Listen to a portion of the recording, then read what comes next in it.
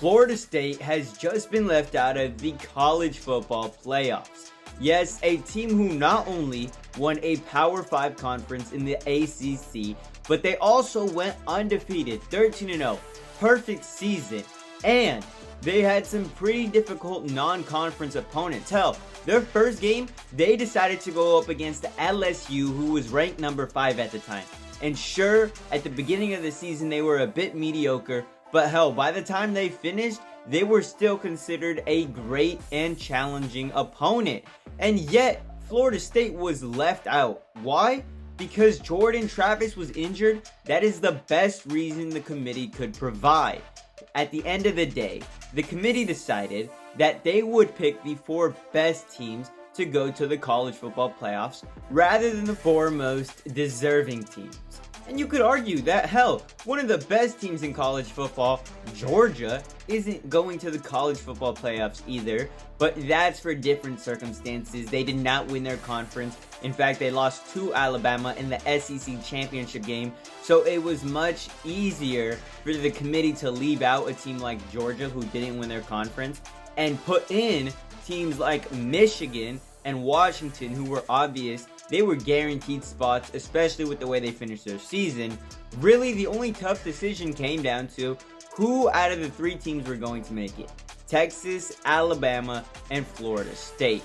And yes, Texas did beat Alabama, and Alabama did beat Georgia, who was the best team in the nation. So you got a 12-1 SEC champ in Alabama, who lost to Texas, and then you've got a 12-1 Power 5 champ in Texas, who lost to a pretty bad Oklahoma team, but they beat Alabama, who beat Georgia. And then you've got a perfect Seminoles team who doesn't have their quarterback right now. And with the emphasis that the committee is putting on Jordan Travis's health, you would think this man is about to win the next 3 Heismans. And maybe he would if he wasn't about to graduate. Yes, he's been in college football for a long time, but hell, this season has been his best, and it just sucks to see it end the way it has for him. I mean, throughout the year, he has been good enough to be considered for a Heisman. He's a Heisman candidate, I do believe. 20 touchdowns through the air, only 2 interceptions, a rating of 154, 64% completion percentage, 2,800 yards, an extra 7 touchdowns on the ground with a couple hundred yards rushing. Yeah, this man has everything on paper to be a Heisman candidate. And if you've watched Florida State games, you know that the offense runs through Travis. Okay, that is true. Keon Coleman had not looked the same without Jordan Travis there. Hell, Keon Coleman may not even be considered a great wide receiver without a quarterback like Jordan Travis under center. But he is not the reason, not the only reason, Florida State has gone 13-0. Their defense has been one of the best in the nation, okay? They've got 13 forced fumbles on the year, 10 interceptions, 3 of them from Jerian Jones. Him alone, yeah, he's been fantastic. One of the best defensive backs on this team. He makes big plays when it matters. Then you've got defensive linemen like Jared Verse. Yeah, 9 sacks on the season. He's been phenomenal. I'm pretty sure 41 total tackles.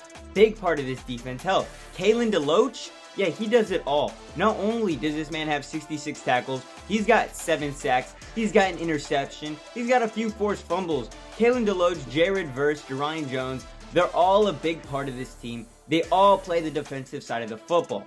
And proof that this team doesn't need Jordan Travis to win games has been the last 2 games that, Florida State has played. They went up against not only an SEC opponent, but also a very good Louisville team in the ACC championship game without Jordan Travis. They won 2 very difficult games without their quarterback. Hell, for that last one, they didn't even have their 2nd string quarterback and they won the game. And sure, the offense did not look pretty in either of those games. I get that. Hell, versus the Florida Gators, out of the 3 touchdowns that the Seminoles scored, all of them were rushing touchdowns.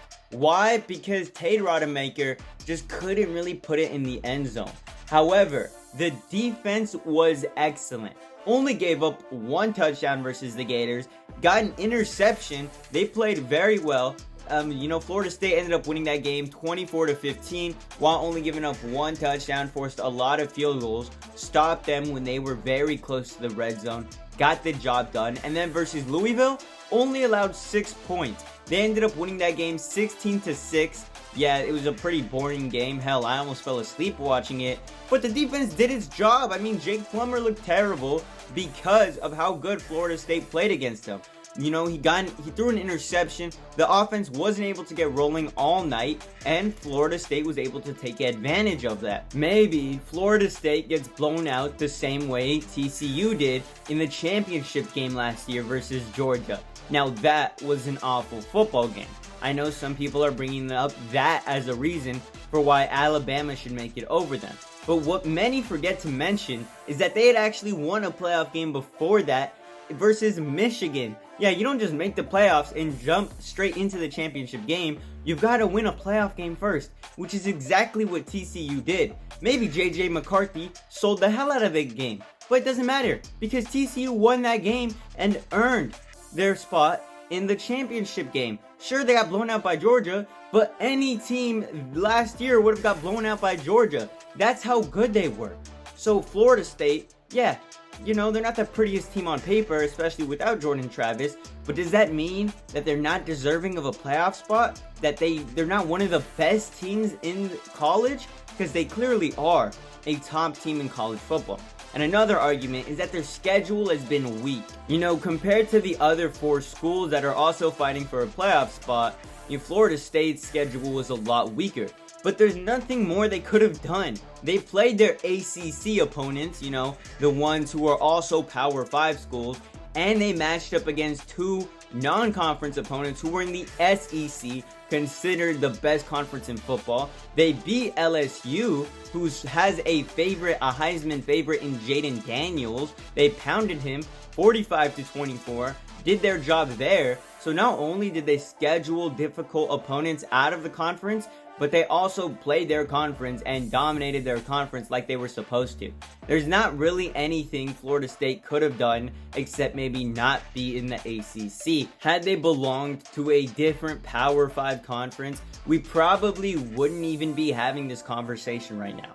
Unfortunately for Mike Norvell and the Seminoles, that just isn't the case. And at the end of the day, the committee went into it with the mindset that if you were a college head coach, which team would you rather avoid? Which team would you rather not have to game plan against? And the truth is, 10 out of 10 times, you are picking the Florida State Seminoles as your opponent rather than the Crimson Tide.